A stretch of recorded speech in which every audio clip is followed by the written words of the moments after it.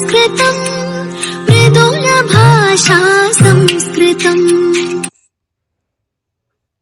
आज की संस्कृत कक्षा में आप सबका स्वागत है और आज हम जानेंगे BA first year second semester Sanskrit compulsory के सिलेबस और क्वेश्चन पेपर को। तो चलिए आज हम पहले अपने सिलेबस को डिस्कस करते हैं, क्योंकि क्वेश्चन पेपर को अटेम्प्ट करने से पहले अपने यूनिट वाइज सिलेबस को जानना जरूरी है। और आपका क्वेश्चन पेपर 80 मार्क्स का है, 5 यूनिट हैं आपके और हर एक यूनिट आपका 16 मार्क्स का है। ये पहला यूनिट आपका संस्कृत चयनिका आपकी बुक है, जो पिछले सेमेस्टर में भी थी और आपको पद्य भाग यानी श्लोक वाले 7 से 12 लेसन दिए हैं। ये यूनिट आपका 16 मार्क्स का है और इसमें आपको 2 श्लोक पूछे जाएंगे और उसके अलावा एक पद्य पाठ का सार लिखने के लिए आएगा। सेकेंड यूनिट में भी आपके पास संस्कृत चयनिका आपकी बुक है और आपके पास गद्य भाग यानी कहानी वाले 10 से 18 लेसन यानी 9 लेसन आपके पास हैं और इसमें से भी आपको 2 गद्यांश सॉल्व करनी है और एक पाठ का सार लिखने के लिए आएगा। यह भी आपका 16 मार्क्स का है। यूनिट थर्ड और यूनिट फोर्थ में आपके पास संस्कृत ग्रामर है। इस बार भी आपके पास कुछ शब्द रूप और धातु रूप हैं। ये भी आपका 16 मार्क्स का काम है। यूनिट 4 में भी आपके पास ग्रामर है और उसमें आपके पास व्यंजन संधि और विसर्ग संधि है। इसके अलावा आपके पास कारक और उपपद विभक्तियों पर आधारित अनुवाद कार्य भी आपको आएगा। तो ये 4 यूनिट हैं। हर एक यूनिट में से 2-2 वेरी शॉर्ट क्वेश्चन आएंगे। ठीक है स्टूडेंट्स, 8 वेरी शॉर्ट क्वेश्चन आएंगे और वो 2-2 नंबर के होंगे, यानी आपके पास 16 नंबर के वेरी शॉर्ट क्वेश्चन है। तो इस तरीके से आपको अपने सिलेबस को पहले समझना है। अब हम डिस्कस करने वाले हैं सबसे लेटेस्ट कुरुक्षेत्र यूनिवर्सिटी कुरुक्षेत्र के 2020 के क्वेश्चन पेपर को, कि हमें किस पैटर्न से आया है। और अलावा आपको कुछ क्वेश्चन पेपर प्रैक्टिस के लिए प्रोवाइड किए जाएंगे, जो आप डिस्क्रिप्शन बॉक्स पे जाकर देख सकते हैं। ग्रामर, शब्द रूप, धातु रूप, अनुवाद कैसे बनाएं और आपके पास पद्य भाग हैं यानी श्लोक वाले लेसन है, उनके भी लिंक आपको प्रोवाइड किए जाएंगे, तो आप इसके डिस्क्रिप्शन बॉक्स में जाकर देख सकते हैं। तो चलिए सबसे पहले हम अपने वेरी शॉर्ट क्वेश्चन को सॉल्व करते हैं। पहला आपका क्वेश्चन है परिवार्जकस्य वंचनम। पाठ के मूल ग्रंथ और रचयिता का नाम पूछा गया है। तो इसका मूल ग्रंथ है पंचतंत्र और इसके रचयिता हैं पंडित विष्णु शर्मा। दूसरा क्वेश्चन देखते हैं, अरिषड वर्ग का नाम बताइए। 6 शत्रुओं का नाम, काम, क्रोध, लोभ, मान, मद और हर्ष। नेक्स्ट आपका स्थित प्रज्ञस्य का भाषा। पाठ के मूल ग्रंथ व रचयिता का नाम लिखिए। श्रीमद् भगवत गीता से लिया गया है यह पाठ और इसके रचयिता हैं महर्षि वेदव्यास। देखते हैं भोजन के समय पिए जाने वाले जल की 4 विशेषताएं क्या हैं। तो ये आपने 9th लेसन में पढ़ा था कि जल भोजन के ना पचने पर औषधि की तरह है और जब भोजन पचता है तब बल प्रदान करता है। और अगर हम जल भोजन के समय पीते हैं तो वह अमृत का कार्य करता है और अंत में पिया गया जल विष का कार्य करता है। ये जल की 4 विशेषताएं हमने जानी। नेक्स्ट हमारा क्वेश्चन है तत् शब्द रूप के स्त्रीलिंग, पंचमी विभक्ति और तीनों वचनों में इसके रूप लिखिए। तत् शब्द रूप का अर्थ होता है वह, और यह 3 लिंगों में चलता है, पुल्लिंग, स्त्रीलिंग और नपुंसकलिंग। और इसकी पंचमी विभक्ति चलेगी तस्याः, ताभ्याम, ताभ्य। नेक्स्ट देखते हैं चुर धातु का लट लकार कहा है उत्तम पुरुष तीनों वचनों में। तो यहाँ आपको एक बार पूरा ही लिख दिया है, सिर्फ उत्तम पुरुष पूछा है तो सिर्फ आप लास्ट वाली लाइन लिखें, चोर्यामी, चोर्यावः, चोर्यामः। विसर्ग संधि की परिभाषा क्या है, उसके 2 उदाहरण पूछे गए हैं।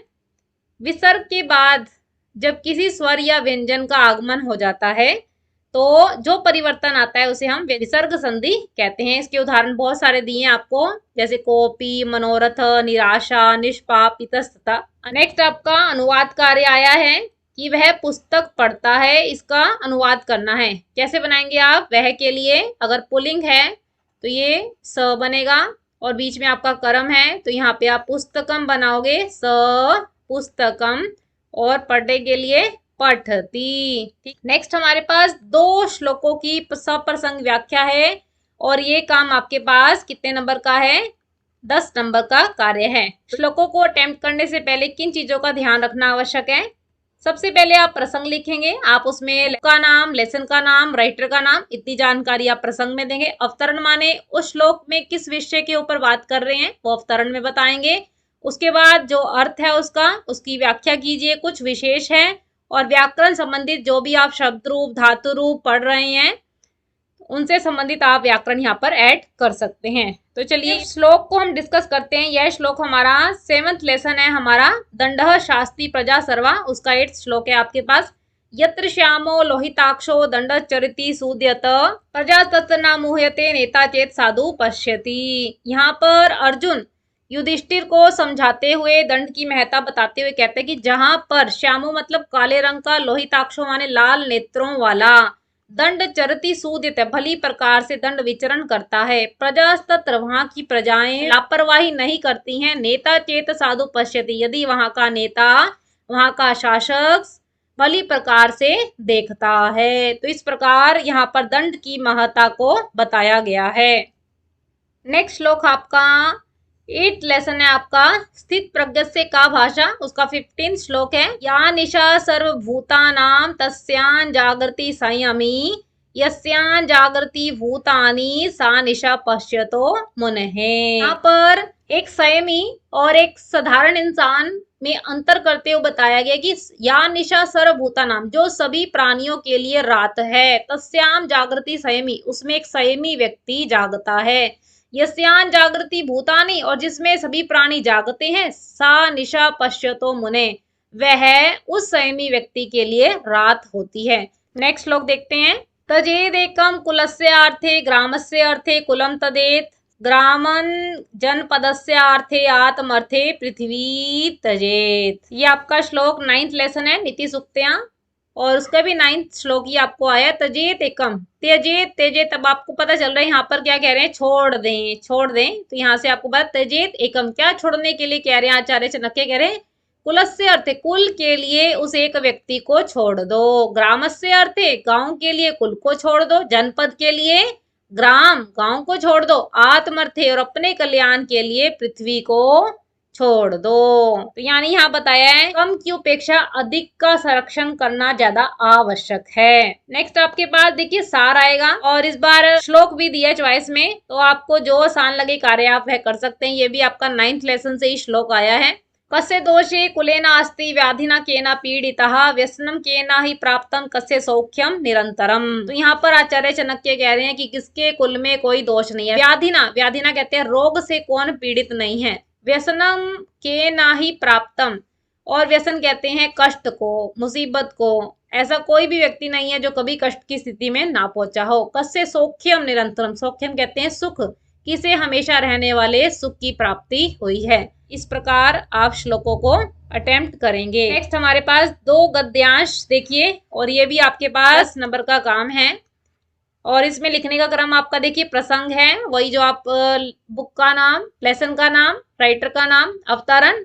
यहाँ पे अवतरण में आप शिक्षा बताएं, राइटर ने किन पात्रों के माध्यम से क्या शिक्षा दी है ये आप यहाँ पर जोड़ें। उसके बाद उसका अर्थ है, व्याकरण जो आप शब्द रूप धातु रूप संबंधित पढ़ रही हैं उसको ऐड कर सकते हैं, कुछ विशेष है तो वह भी आप बता सकते हैं।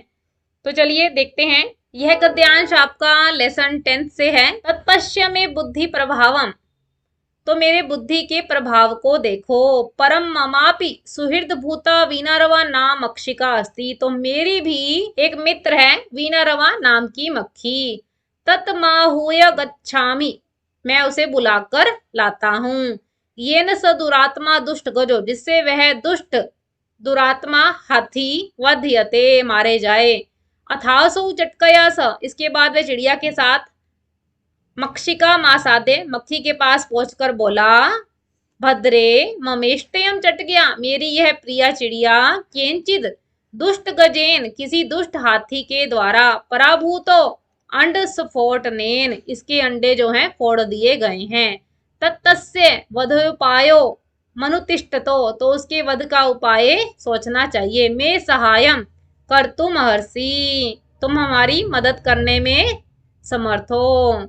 इस लेसन का नाम है कुंजरः प्रलयम गतः, और विष्णु शर्मा ने लिखा है इस लेसन को। पंचतंत्र से ये कहानी ली गई है। तो यहाँ पे संगठन में शक्ति है ऐसा बताया गया है। नेक्स्ट देखते हैं, ये हमारा 11th लेसन से आया है। ततः सर्वैर जलचरैर पृष्ठः भो कुलिरक, तब सभी जलचरों ने पूछा, अरे कुलिरक, अरे केकड़ा, कुलिरक कहते केकड़े को, किम निवृतस्त्वम, तुम क्यों लौट आए? स मातुलोपि नायत, वह मामा भी नहीं आया। तत्किन चिरयति, तो क्यों देरी कर रहे हो? वयम सर्वे सो उत्सुका, हम सभी उत्सुक हैं।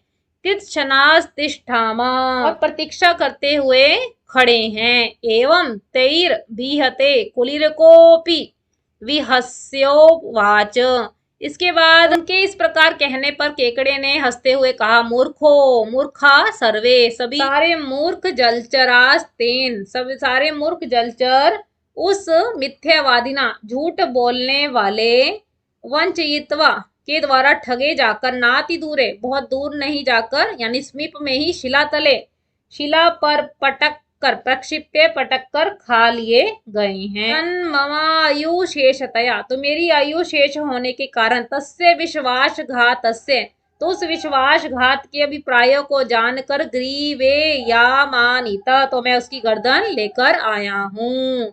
तो यानी यहाँ शिक्षा दी गई है कि लालच नहीं करना चाहिए। और ये हमारे चपला लक्ष्मी हमारा लास्ट लेसन है, जो बाण भट्ट द्वारा रचित है, कादम्बरी से लिया गया है। तो चलिए इसको जानते हैं। पारुष्यमिवोपशिक्षितु मसी धारासु निवस्ति, पारुष्यम यानी कठोरता को सीखने के लिए तलवार, असी कहते तलवार की धाराओं में रहती है। विश्वरूपमिव रहितुमाश्रिता नारायण मूर्तिम, मानो विश्व रूपता को ग्रहण करने के लिए भगवान विष्णु के शरीर का आश्रय लिए हुई है। कौन? यह लक्ष्मी। लतेव विटप कान ध्यारोहती, यहाँ पर विटप कहते हैं वृक्ष को, वृक्ष पर चढ़ने वाली लता के समान धूर्तों के रक्षकों का आश्रय लेती है। गंगेव वसु जनन्यपि तरंग बुध चंचला, वसु नामक देवताओं की माता, तरंग और बुलबुलों से चंचल, गंगेव गंगा के समान, वसु दूसरा अर्थ है इसका, धन को उत्पन्न करने वाली होती हुई भी तरंगों और बुलबुलों के समान चंचल है। अर्थात ये लक्ष्मी कैसी बताई है? चंचल बताई गई है। दिवस कर गतिरिव प्रकटित विविध संक्रांति, तो यहाँ पे बताया गया है कि अनेक संक्रांतियों को प्रकट करने वाली, दिवस कहते हैं सूर्य को, कि सूर्य की गति के समान यह विविध अनेक लोगों के पास जाने को प्रकट करती है। पाताल गुहेव तमो बहुला, अत्यधिक, तम कहते हैं अंधकार को, अत्यधिक अंधकार वाली पाताल की गुफा के समान यह तमोगुल वाली है। हिडिम्बेव भीम साहसिक हार्य हृदय, और यहाँ बताया गया कि पांडव भीम के साहस से हारे गए हृदय वाली हिडिम्बा के समान भयंकर साहस से आकृष्ट किए जाने वाले हृदय वाली है। प्राविड चिरद्युति कारणी, चिरद्युति कारणी कहते हैं जो बिजली उत्पन्न करने वाली है, वर्षा के समान। अचिर माने थोड़ी देर तक, प्राविड माने चमक उत्पन्न करने वाली है। यह लक्ष्मी कैसे थोड़ी देर के लिए अपनी चमक दिखाती है। तो यानी दो पक्षों में यहाँ पर बात की गई है, दो दो इनके अर्थ निकल रहे हैं। तो इस प्रकार यहाँ पे लक्ष्मी की विशेषता को बताया जा रहा है कि जब भी एक युवराज का अभिषेक होता है तो उसे राज्य अभिषेक से पूर्व राज्य का शासन किस प्रकार चलाना है, लक्ष्मी किस प्रकार एक व्यक्ति को भ्रमित करती है, कितनी अधिक चंचल है, कैसे कार्य करने हैं। तो यहाँ पर शुकनाश चंद्रापीड़ को राज्याभिषेक से पूर्व देश दे रहे हैं। तो आपके पास नेकेन आपी समम गता वसुमती, ये आपका लेसन 16 से आपको कहानी लिखनी है। और जब भी आप कहानी लिखेंगे लेसन का नाम और राइटर का परिचय देकर ही स्टार्ट करें। ब्राह्मण जातकम, ये आपके पास 15 लेसन से सार लिखने को आया है। नेक्स्ट देखते हैं 3 शब्दों के यथोक्त विभक्तियों और 3 वचनों में रूप लिखने हैं। अब देखिए शब्द रूप की द्वितीय और चतुर्थी बनाते हैं। राजानम राजानौ राज्ञ, राज्ञ चतुर्थी बनेगी राज्ञ, राजभ्याम राजभ्य। ठीक है स्टूडेंट्स। सर्व का पुलिंग है, प्रथमा चलेगी। सतौते आपको कहा था कि आप तद का पुलिंग याद कर लीजिए, और उसके अलावा हमने एतद का, इदम, सर्व सारे शब्द रूप बनाकर प्रैक्टिस की थी। तो वही आप याद रखेंगे, सतौते सर्व, सर्वो सर्वे, और वहां पे पंचमी थी तस्मात् ताभ्याम तेभ्य, तो यहाँ बनाओगे सर्वस्मात् सर्वाभ्याम सर्वेभ्य। नेक्स्ट देखते हैं युष्मा शब्द रूप की तृतीय और षष्ठी विभक्ति पूछी गई है। त्वया युवाभ्याम युष्मा भी षष्ठी में बनेगा तव युवयो युष्माकम। तत् का स्त्रीलिंग पूछा गया है, प्रथमा विभक्ति सा ते ताहा, सप्तमी विभक्ति बनेगी तस्याम तयो तासु। इदम शब्द रूप का नपुंसक लिंग पूछा गया और आप जानते हैं इसमें सिर्फ प्रथमा और द्वितीया पृथक होती है, बाकी ये सब पुल्लिंग के समान चलता है। इदम इमे इमानी, इदम इमे इमानी, इस प्रकार हम बनाएंगे। चलिए नेक्स्ट देखते हैं। 3 धातुओं के यथोक्त रूप लकारों में लिखने हैं और यहाँ भी आपके पास 5 धातुएं हैं, इन 5 में से आपको 3 करनी है। तो एक एक वर्ड इनके देख लेते हैं। गम का लट यानी वर्तमान काल में चलता है गच्छति, ठीक है। पट का लंग अपठत, पास्ट को बताता है। अस का लरिट फ्यूचर के लिए, ये बनेगा भविष्यति। क्री का लौट करोतु ऑर्डर के लिए यूज होता है। चुर का विधिलिंग चौरये, चाहिए अर्थ में इसका प्रयोग होता है। तो इस प्रकार ये आपको शब्द रूप और धातु रूप का कार्य करना है। नेक्स्ट आपके पास 4 में संधि आई है। जब भी क्वेश्चन पेपर को आप अटेम्प्ट करने लगे तो बहुत ध्यान से उनके प्रश्नों को अच्छे से पढ़ें आप। चलिए 4 में संधि कार्य कहा गया है, बनाकर देखते हैं। तत्चित्रम, तत्चित्रम इसका आंसर बनेगा। इश प्लस त बनेगा इष्ट। अच जमा आदि, च का ज तृतीय वर्ण किया गया है आजादी। कम जमा टकम, कंटकम, ठीक है। यहाँ पे पंचम वर्ण इसे किया गया है परस्वर्ण संधि के अनुसार। देवः प्लस अयम, अब यहाँ पे विसर्ग से पहले भी अ, विसर्ग के बाद भी अ, तो क्या करते हैं अवग्रह का चिन्ह लगाते देवोयम, ठीक है। रामः प्लस तरति, रामस तरति, किस प्रकार विसर्ग स में परिवर्तित होता है, ये सब आपने किए हुए हैं। थोड़ा सा इसको रिवाइज करके इसको सॉल्व कीजिए। नेक्स्ट हमारे पास 4 में संधि विच्छेद आया, यानी तोड़ने का कार्य करना है। अवग्रह का चिन्ह देखे तो बहुत आसान है, सिर्फ वही बनाना होता है। तो देखिए स प्लस अपी गोरयम, ये कहाँ पे किया था, र को आपने विसर्ग बनाया था, तो ये बनेगा गौ प्लस अयम, ठीक है। उल्लेख, ये करते थे आप, त को ल करते थे कब, लत्व संधि में, उत जमा लेख। का शिव छाया है, वो इसमें गायब है, थोड़ा ध्यान रखिए। शिव छाया, शिव प्लस छाया, यहाँ पर आगम संधि हुई है। नेक्स्ट हमारा दिगंबर, कैसे बनाओगे, दिग प्लस अंबर, जैसे आपने यहाँ पे अच जमा आदि बनाया ना, तो यहाँ पे तृतीय वर्ण को प्रथम और प्रथम को द्वितीय वर्ण हम वैसे करते हैं। सचित प्लस चित, ठीक है स्टूडेंट्स। तो इस प्रकार आपको संधि का कार्य करना है। लास्ट कार्य आपका है 6 वाक्यों का संस्कृत में अनुवाद है। तो एक एक करके देखिए। सबसे पहले आपको जो ध्यान रखने वाली बातें हैं वो क्या हैं, तो सबसे पहले आप देखिए कि कौन सा लकार है इसमें, क्या वर्तमान भूतकाल भविष्यकाल किसकी बात कर रहा है, ठीक है। उसके बाद आप पुरुष देखिए, प्रथम मध्यम उत्तम कौन सा पुरुष है। उसके बाद उसकी संख्या देखिए, एक वचन द्विवचन बहुवचन, ठीक है। और उसके बाद कारक विभक्तियों के जो आपने नियम किए थे, तो इन चीजों का ध्यान रखने के बाद आप अनुवाद कार्य बनाएं तो बहुत सरलता से बना सकते हैं और आपके अनुवाद शुद्ध भी होंगे। वह जल पीता है, अब यहाँ से पुल्लिंग पता चल रहा है। अभी जैसे आपके पास वेरी शॉर्ट क्वेश्चन आया था, वह पुस्तक पढ़ता है, तो सेम वैसा ही बनाना है। ये आपका बनेगा स जलम पिबती, लटलकार प्रथम पुरुष का एक वचन है। उसने फल खाया, ये भी आपका क्या है, खाया यानी खा चुका है, ये आपका पास्ट है, तो यानी लंग लकार है। उसने के लिए भी आप स ही लगाएंगे, स फलम अखादत, ठीक है। एक इस तरीके से बना सकते हो और एक बार कत्वतु प्रत्यय लगाकर भी आप वाक्य का निर्माण कर सकते हो। देव पुस्तक पढ़ता है, ये भी बहुत आसान आ गया है, लटलकार में ही है। देवः पुस्तकम पठति, लटलकार प्रथम पुरुष एक वचन। सीता राम के साथ, अब साथ के लिए आप क्या यूज करते थे, सह, और इसके योग में कौन सी विभक्ति होती है, तृतीया विभक्ति। तो क्या बनाएंगे, राम की तृतीया क्या बनी, रामेण, ठीक है। तो जब भी अनुवाद कार्य करें तो कुछ शब्द रूप आपके टिप्स पे याद होने चाहिए, कम से कम तत्का पुल्लिंग स्त्रीलिंग याद कीजिए, ठीक है। सीता रामेण सह गच्छति, क्रोध नाश के लिए होता है, अब यहाँ बनाएंगे क्रोधः नाशाय भवति। चतुर्थी संप्रदान के लिए चतुर्थी विभक्ति होती है। पर्वत से गंगा निकलती है, पर्वतात गंगा उद्भवती, पंचमी विभक्ति का प्रयोग है। दमयंती का लगा है तो षष्ठी विभक्ति का प्रयोग है, ठीक है। कर्ता ने कर्म को करण से संप्रदान के लिए अपादान से जुदाई संबंध का के की अधिकरण में पर, इस टेबल को भी आपने याद रखना है। दमयंती की षष्ठी क्या बनेगी, दमयंत्याः पति नलः अस्ति। हम दिल्ली जाते हैं, अब हम कहने से कौन सा पुरुष हो गया आपका, ये उत्तम पुरुष का बहुवचन का प्रयोग किया गया है। क्रिया भी कर्ता के अनुसार ही होती है, तो यानी क्या बनेगा, वयम दिल्ली नगरम गच्छामः, लट्लकार उत्तम पुरुष का बहुवचन का प्रयोग किया गया है। तो इस प्रकार आपने अनुवाद को सॉल्व करना है स्टूडेंट्स। इसके इंपॉर्टेंट लिंक डिस्क्रिप्शन बॉक्स में प्रोवाइड किए जाएंगे, कुछ प्रैक्टिस पेपर दिए जाएंगे, जरूर उनकी प्रैक्टिस करें क्योंकि बहुत बार क्वेश्चन पेपर्स की रिपीट होने की संभावना रहती है। किस तरीके का पेपर है, कैसे अटेम्प्ट करना है, ये सब आपने इस लेक्चर में जाना। आपकी कोई भी क्वेरी है, कोई भी डाउट है तो आप कमेंट बॉक्स में पूछ सकते हैं। आपकी कोई सजेशन हो नए टॉपिक के लिए, नए लेक्चर के लिए, तो वह भी आप कमेंट बॉक्स में बता सकते हैं। इसके नोट्स आपको डिस्क्रिप्शन बॉक्स में प्रोवाइड किए जाएंगे, आप डाउनलोड करके पढ़ सकते हैं। अगर आपको ये लेक्चर अच्छा लगा तो इसे लाइक कीजिए, ज़्यादा से ज़्यादा फ्रेंड्स के साथ शेयर कीजिए क्योंकि आप जानते हैं स्टूडेंट्स, हमारी क्लासेस इस बार भी ऑनलाइन मोड से लगी हैं और बहुत सारे अनेक कारणों की वजह से हम अपनी क्लासेस से ढंग से नहीं जुड़ पाए हैं। परीक्षाओं का दौर भी आरंभ हो चुका है, तो इसलिए अपने सिलेबस को जानकर, यूनिट वाइज सिलेबस को जानकर अपने क्वेश्चन पेपर को अटेम्प्ट कीजिए।